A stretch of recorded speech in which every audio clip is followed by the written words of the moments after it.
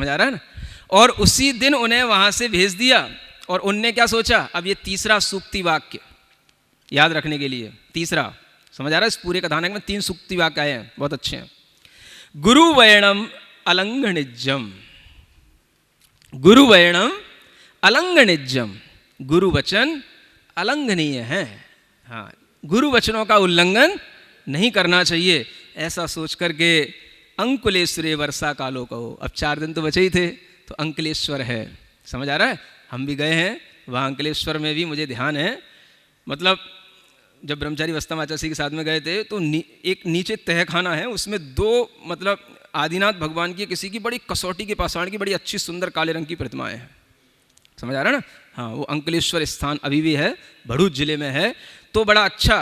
तो उस स्थान पर उन्होंने वर्षा योग किया, जोगम समाणीय। जब वर्षा योग पूरा हो गया तो एक उनके पास में जिनपालित नाम का शिष्य था, जो कहा जाता है कि पुष्पदंत का वो भांजा था, है ना।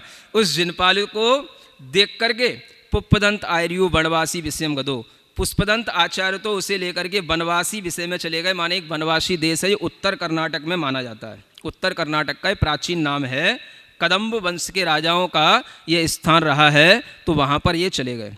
और भूतबड़ी भटारो भी दमल विषयम गदो, और जो भूतबली भटारक थे वो अलग चले गए, वो दमिल विषय में चले गए, है ना। ये दमिल जो है स्थान है जो मद्रास से सेरिंगपट्टम और कोमारिन तक जो है फैला हुआ है, और इसकी राजधानी कांचीपुरी मानी जाती है ना, जिसका उल्लेख आचार्य समंतबद्ध महाराज ने भी किया है ना, कांचीपुरी। तो उस स्थान पर अब ये दोनों आचार्य अलग अलग देशों में चले गए, अलग अलग स्थानों पर चले गए। फिर क्या हुआ, तदो पुष्पदंत आर्येण जिणवालिदस्य दिक्खम दाऊण विंशति पुष्सुत्ताणम करिय पड़ावीय पड़ोसो भूतबली भयवंतस्य पासम पेशिदो। क्या हुआ, उसके बाद में पुष्पदंत आचार्य ने जिनपालित को दीक्षा दे करके उसे विंशति सूत्र पढ़ा करके भूतबली भगवान के पास में भेज दिया, माने भूतबली आचार्य के पास में भेज दिया।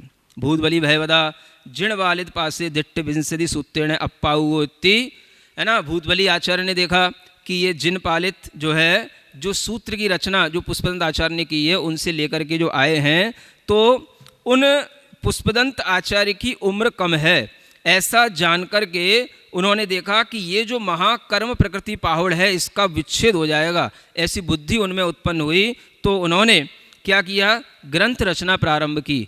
माने जो 60 खंडागम ग्रंथ में जीवट ठाण है, वो पहले जीवट ठाण में से 20 प्रूपणाओं की रचना तो आचार्य पुष्पदंत महाराज ने की, और उसके बाद की सारी प्रूपणा धरसेन महाराज जी की है, वो भूतबली महाराज जी की है। इसके बाद में पुष्पदंत भूतबली ये आचार्य इसी कारण से इस ग्रंथ के कर्ता कहलाते हैं। क्या कहलाते हैं, इस ग्रंथ के कर्ता कहलाते हैं। और जब ये रचना पूर्ण हो गई तो उसके बाद में क्या हुआ, यह भूतबली आचार्य ने उस समय पर इस रचना के पूर्ण होने पर जब ये संदेश दिया, तो वहाँ के जो भी श्रावक थे उन श्रावकों ने उस रचना को, उस ग्रंथ की कृतियों को बड़ी उनकी पूजा की, एक महामहोत्सव किया। और वह यही श्रुत पंचमी का दिवस था, जिसके बाद फिर यह श्रुत पंचमी की यह परंपरा हमेशा बनी रही, और यह श्रुत पंचमी इस तरह से निरंतर चलती आ रही है। समझ आ रहा है, किससे हुई ये रचना प्रारंभ, जिनवाणी की निर्मिति से, और जिनवाणी के माध्यम से जो यह रचना हुई है उसको ही आगे बढ़ाने के लिए जो आचार्यों ने जो यह ग्रंथ की पूर्णता की, फिर उसके बाद में जो श्रावकों ने उसकी पूजा की, तो वही पूजा श्रुत पंचमी के नाम से प्रवाहित होती हुई चली आ रही है। इसलिए श्रुत पंचमी का महत्व है। जो भी हमारे पास में आज 60 खंडागम सूत्र लिखे हुए मिलते हैं, ये सूत्र लिखे थे आचार्य पुष्पदंत और भूतबली महाराज ने। और इन 60 खंडागम में मुख्य रूप से 6 खंड हैं। कितने खंड हैं, इसलिए इसका नाम है 60 खंडागम। नाम भी सुनना चाहो तो कम से कम खंडों के नाम सुन सकते हो, तक तो नहीं गए हो। पहला कहलाता है जीवट ठाण, क्या बोलते हैं। दूसरा कहलाता है खुद्दा बंध, तीसरा कहलाता है बंद स्वामित्व विचय, चौथा कहलाता है वेदना खंड, पांचवा कहलाता है वर्गणा खंड, क्या हो गया इसकी आवाज कहाँ गई, और छठवां कहलाता है महाबंध है? ये 6 खंडों की रचना यह आचार्य पुष्पदंत और भूतबली महाराज ने की है ना। इसी समय पर कहा जाता है कि एक और सिद्धांत ग्रंथ है जिसका भी नाम आपको जानना चाहिए, वो भी बहुत प्राचीन ग्रंथ माना जाता है, जिसे कहा जाता है कसाय पाहुड़ सुत्त। क्या बोलते हैं? आचार्य गुणधर महाराज का रचा हुआ ये कसाय पाहुड़ सुत्त 233 गाथाएं उन्होंने उस समय पर रची। समझ आ रहा है? तो इसका विषय अलग। और इन दोनों ही ग्रंथों को एक तरह से आगम साहित्य का, जिसे हम अंग और पूर्वों की रचना कहते हैं, उससे जुड़ा हुआ मानना चाहिए। 11 अंग के बाद में जो दृष्टिवाद नाम का 12वां अंग है, उसमें पूर्व आते हैं, और उन पूर्वों में एक दूसरे नंबर का पूर्व है आग्रायणी पूर्व, और फिर उसके बाद में एक पूर्व आता है 5वां पूर्व जिसका नाम है ज्ञान प्रवाद। तो आग्रायणी पूर्व से ये जो महाकर्म प्रकृति प्रावृत की रचना हुई, जो कि सठखंडागम सूत्रों के नाम से जानी जाती है, ये दूसरे पूर्व से संबंधित रचना है। और जो ज्ञान प्रवाद है उससे ये कसाय पाहुड़ सुत्त की रचना हुई। मतलब कि पूर्वों का भी जो ज्ञान आज हमारे पास में अंश रूप में है, तो इन 2 ग्रंथों के माध्यम से है। कौन कौन से? सठखंडागम सूत्र और ये कसाय पाहुड़ सूत्र। और इन्हीं दोनों ग्रंथों पर आचार्य वीरसेन महाराज ने धवला और जय धवला के नाम से टीका लिखी है। समझ लेना, टीका अलग होती है, सूत्र अलग होते हैं, है ना। तो सूत्र तो लिखे गए 1ली शताब्दी में, और आचार्य वीरसेन महाराज ने तो ये धवला टीका लिखी है, लिखी लगभग 8वीं-9वीं शताब्दी में, 800-900 वर्ष बाद। उसके बीच में इतिहास बताता है कि अनेक और आचार्यों ने भी टीका की है इन सठखंडागम सूत्रों की। 5 और आचार्य मिलते हैं जिन्होंने सठखंडागम सूत्रों की टीका की है, लेकिन वो कोई भी टीका ग्रंथ आज हमारे पास उपलब्ध नहीं होते हैं। एक आचार्य पद्मनंदी का नाम आता है, जिनका उल्लेख आचार्य कुंदकुंद के रूप में ही माना जाता है। दूसरे हैं एक आचार्य श्यामकुंड, तीसरे हैं एक तुम्बुलुर आचार्य, चौथे हैं आचार्य समंतभद्र महाराज, और 5वें हैं आचार्य बप्पदेव। इन 5 लोगों ने और टीका लिखी। उसके बाद में आचार्य वीरसेन महाराज जी ने धवला टीका लिखी, और उस धवला टीका को एक आचार्य महाराज ने इतने बड़े रूप में लिखा है कि अगर हम उसके बारे में ये सोचें कि जीवन भर उन्होंने क्या किया, तो आपको इतना ही समझ में आएगा कि जीवन में उन्होंने लिखने के अलावा और कोई दूसरा काम किया ही नहीं। समझ आ रहा है? एक श्लोक में 8 अक्षरों के 4 पद होते हैं, तो कितने अक्षर हो गए? 8 चौको 32। समझ आ रहा है? 32 अक्षर प्रमाण एक श्लोक होता है। जब ये धवला टीका का पूरा अनुमान लगाया जाता है कि ये धवला टीका कितनी बड़ी है, तो इसके लिए विद्वानों ने कहा 72,000 श्लोक इसमें समाहित हो जाएंगे। 72,000 श्लोक प्रमाण ये धवला टीका कहलाती है। समझ आ रहा है? कितने? एक आचार्य ने 72,000 श्लोक प्रमाणित धवला टीका लिखी। किसके ऊपर? सठखंडागम सूत्र के ऊपर। और कसाय पाहुड़ जो सूत्र थे उसके ऊपर जय धवला टीका लिखी, और वह केवल उस पर 20,000 श्लोक प्रमाण उसके ऊपर टीका लिख पाए। उसके बाद में उनका स्वर्गवास हो गया। समझ आ रहा है? तो टोटल एक आचार्य के द्वारा 72,000 और 20,000 कितना हो गया? है ना, लगभग 92 हो गया। 1 लाख के बराबर ये इतनी श्लोक प्रमाण ग्रंथ रचना हुई। आज तक के इतिहास में कोई भी इतना बड़ा काव्य नहीं है, कोई भी इतना बड़ा महारथी, इतना बड़ा कोई भी साधु नहीं हुआ पूरी भारतीय संस्कृति में, चाहे हिंदुओं में चाहे जैनों में, जिसने इतना बड़ा कोई ग्रंथ रचना अपने जीवन काल में की हो। 92,000 श्लोक प्रमाण पूरे ग्रंथ को एक व्यक्ति के द्वारा लिखा जाना। सुना जाता है कि हिंदुओं में महाभारत लिखी गई है, वो 1 लाख श्लोक प्रमाण है, लेकिन उसको भी लिखने वाला एक व्यक्ति नहीं है, कई व्यक्तियों ने उसको लिखा है, तब जाकर के वो लिखी गई है। समझ आ रहा है?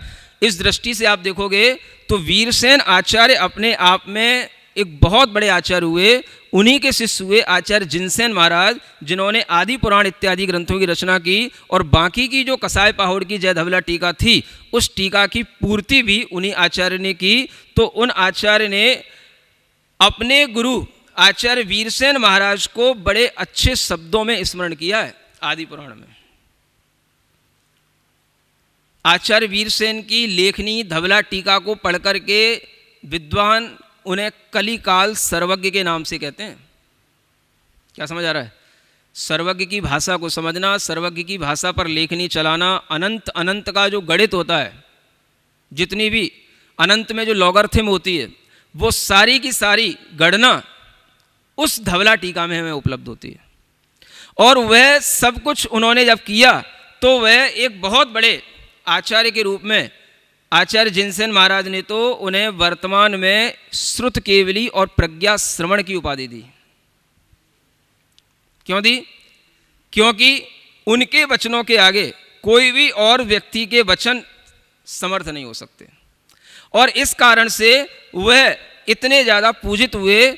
आज हमें ये ध्यान रखना है कि हमारे पास में जो बीच के आचार्यों की टीकाएं थी वो तो सब लुप्त हो ही गई, लेकिन आज हमारे पास में धवला की 16 किताबें, जय धवला की 16 किताबें और महाबंद की 7 किताबें, ये पुस्तकें, समझ आ रहा है? ये पूरा का पूरा आज हमारे पास में उपलब्ध है, और इसको भी यदि आज हम पढ़ पाते हैं तो ये भी हमारे बहुत बड़े ज्ञानावरण कर्म के क्षयोपशम के फल से ही उपलब्ध हो सकता है। समझ आ रहा है? ये तो आपके लिए बताया गया जो हमारी श्रुत परंपरा है उसका महत्व। समझ आ रहा है?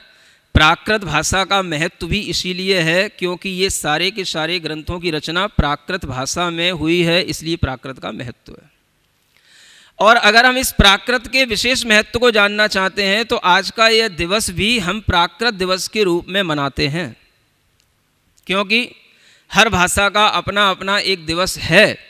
हमारे लिए प्राकृत भाषा में इतनी बड़ी बड़ी जो उपलब्धियां हुई हैं और रचनाएं हुई हैं, उसके लिए अगर हमें कोई एक दिवस मिलता है तो ये प्राकृत दिवस के नाम से हम इसको मनाते हैं। और यह प्राकृत दिवस आप लोगों के लिए इसलिए भी सराहनीय है कि आपको प्राकृत भाषा को भी सीख करके आप इस जिनवाणी के उद्धार में आगे बढ़ सकते हैं। कई बार लोग प्रश्न पूछते हैं, महाराज प्राकृत पढ़ने से हमको क्या रोजगार मिल जाएगा? सुन रहे हो? प्राकृत पढ़ने से रोजगार भी मिल जाएगा, और प्राकृत पढ़ने से सबसे बड़ी विशेषता ये होगी कि आपकी आत्मा में ज्ञान का वह संस्कार पड़ जाएगा जिसके माध्यम से आपको यह श्रुत का ज्ञान इस जन्म में ना सही तो अगले जन्म में जरूर मिल जाएगा। समझ आ रहा है? इसलिए हर व्यक्ति को प्राकृत पढ़ना चाहिए। प्राकृत की आज बहुत महती आवश्यकता है। प्राकृत के विद्वान भी अब हमें बहुत कम दिखाई देते हैं, और जहाँ पर हैं उन्होंने उस प्राकृत को बढ़ाने के लिए बड़े बड़े आयाम किए हैं। जब मैं भ्रमण पर था आचार्य महाराज के संग से, जब चल कर के शिखर जी की यात्रा पे गया और उसके बाद में मैं बिहार में कुंड ग्राम में गया, तो सबसे पहले मुझे वहाँ पर एक प्राकृत का शोध संस्थान मिला था जो सबसे प्राचीन है, डॉक्टर राजेंद्र प्रसाद जी के द्वारा संस्थापित, जो राष्ट्रपति रहे। समझ आ रहा है? और आज वह शोध संस्थान इतनी बड़ी हालत में है, वहाँ पर एक ऋषभ चंद पंडित जी हैं फौजदार के नाम से, तो वह उसका एक तरीके से डायरेक्टर हैं, लेकिन वहाँ पर विद्यार्थियों की कमी है। समझ आ रहा है? एक ऐसा शोध संस्थान वहाँ पर स्थापित है, लेकिन फिर भी भगवान महावीर स्वामी की उस भूमि पर वो शोध संस्थान स्थापित है, यह देख करके मन को बहुत प्रसन्नता हुई। चल रहा है, धीमे धीमे चल रहा है, कराहते हुए चल रहा है, लेकिन फिर भी चल रहा है। उसके बाद में आया आरा, बिहार में एक आरा जगह है, वहाँ पर एक डॉक्टर राजाराम जी हुए हैं जो बहुत अच्छा प्राकृत के विषय में बहुत अपना योगदान दिए हैं, और उनके द्वारा लिखे हुए कुछ पुस्तकें वहाँ पर पढ़ाई जाती हैं। BA MA में भी वहाँ पर प्राकृत पढ़ाई जाती है। समझ आ रहा है? भ्रमण में मैं फिर चलते चलते जब इधर राजस्थान में उदयपुर में आया, तो उदयपुर में आने के बाद में मुझे वहाँ पर बहुत अच्छा माहौल मिला, और वहाँ पर प्राकृत के बड़े बड़े भामा साहब मिले मुझे, समझ आ रहा है? हाँ, प्राकृत के भामाशाह कहलाते हैं। एक सुमन, डॉक्टर सुमन हैं, वो प्रेमचंद सुमन के नाम से, है ना। एक उदयचंद जी हैं, और वर्तमान में अभी एक जिनेंद्र जैन है ना, और भी सुमति डॉक्टर, और वो एक और नाम याद नहीं आ रहा, है ना, सुमत प्रसाद जैन। ऐसे कई डॉक्टर हैं वहाँ पर। तो वहाँ पर जब मैं रुका तो लगभग 8 महीने मेरा उदयपुर में प्रवास रहा। तो उस प्रवास में मुझे थोड़ा सा प्राकृत में और ज़्यादा मेरे अंदर कि इस प्राकृत का विस्तार हो सकता है, ऐसी एक अभिरुचि पैदा हुई। उससे पहले मैं प्राकृत लिखना और पढ़ना ये सब कुछ अपने आप सीख चुका था। तीर्थंकर भावना नाम का मैंने ग्रंथ लिखा, तिथ्यर भावना, समझ आ रहा है? 16 कारण भावनाओं पर पहली बार कोई ग्रंथ लिखा, और उसमें गाथाओं के माध्यम से उस ग्रंथ में हर एक भावना की 7-7, 8-8 गाथाएँ हैं, और उसका हिंदी में डिटेल भी है। तो जो लोग कुछ प्राकृत की नई विधाओं से या प्राकृत के कोई नए साहित्य को पढ़ने की इच्छुक है तो वो उसको देख सकते हैं। तो वो ग्रंथ तो लिख चुका था। उसके बाद में जब मैं उदयपुर में रुका, उस समय पर जब वहाँ पर जब प्रवास हुआ, तो वहाँ पर ये जो विद्वान लोग मिले, इन विद्वानों ने जब देखा कि महाराज को भी कुछ प्राकृत में इंटरेस्ट है, तो इन्होंने बड़ी बड़ी गोष्ठियाँ उस समय पर हमारे साथ में की, और उसमें बहुत जैन अजैन विद्वान वहाँ पर आए। तो उस समय पर मुझे लगा कि इस प्राकृत विद्या का आगे भी थोड़ा सा पठन पाठन पढ़ने का कुछ कार्यक्रम बनना चाहिए। तो फिर मैंने वहाँ पर ये विचार किया कि ऐसा कुछ करना चाहिए। वहाँ से चातुर्मास होने के बाद निकल आया, और उसके बाद में फिर आते आते मैं हरियाणा रेवाड़ी आ गया। समझ आ रहा है? तो वो जो भाव था, वो भाव फिर 4 पुस्तकें वहाँ पर हमने हरियाणा रेवाड़ी में उस समय निर्मित की, पा ये सिक्खा के नाम से। समझ आ रहा है? बहुत छोटी छोटी सी किताबें हैं इस टाइप की, है ना। ये प्राकृत शिक्षा के ये 4 भाग हैं इसमें, और इन 4 भागों में व्याकरण, छोटे छोटे से कथानक, छोटी छोटी सी स्तुतियाँ, कुछ स्वयं लिखी हुई, कुछ पूर्वाचार्यों की, इस तरीके से ये रचना हुई। और उसके बाद में अब स्थिति ये है कि वो जो पाठशाला पहले हम चलाते थे ऑन रोड का मतलब हम बिहार कर रहे हैं, रोड पे कोई गांव मिल गया, कहीं कोई शहर मिल गया, तो उसमें कह करके चलवा दी, वो चल गई। समझ आ रहा है? वो ऑन रोड ज़्यादा नहीं चली। रेवाड़ी में कुछ ऐसे लोग मिले जिसके माध्यम से फिर ये पाठशाला ऑनलाइन बहुत अच्छी चलने लगी होगा, और यही आज के लिए आप लोगों के लिए एक आशीर्वाद भी है। और यही मैं भावना भी करता हूँ कि इस तरह से प्राकृत श्रुत पंचमी की जो उपयोगिता है वो निरंतर बनी रहे, और इस तरह के जो आयोजन करने वाले जो लोग हैं और अधिक संख्या में आगे आएँ। जैसे ये फूलचंद प्रेमी जी का परिवार है, अरिहंत और ये अनेकांत डॉक्टर हैं, ये लोगों ने जिस तरीके से इस प्राकृत और जैन साहित्य को आगे बढ़ाने में अपना योगदान दिया है, वैसे सभी विद्वान लोग अपना योगदान आगे बढ़ाएं। इन्हीं मंगल भावनाओं के साथ जयऊ सूर्य देवदा, जयऊ सूर्य देवदा।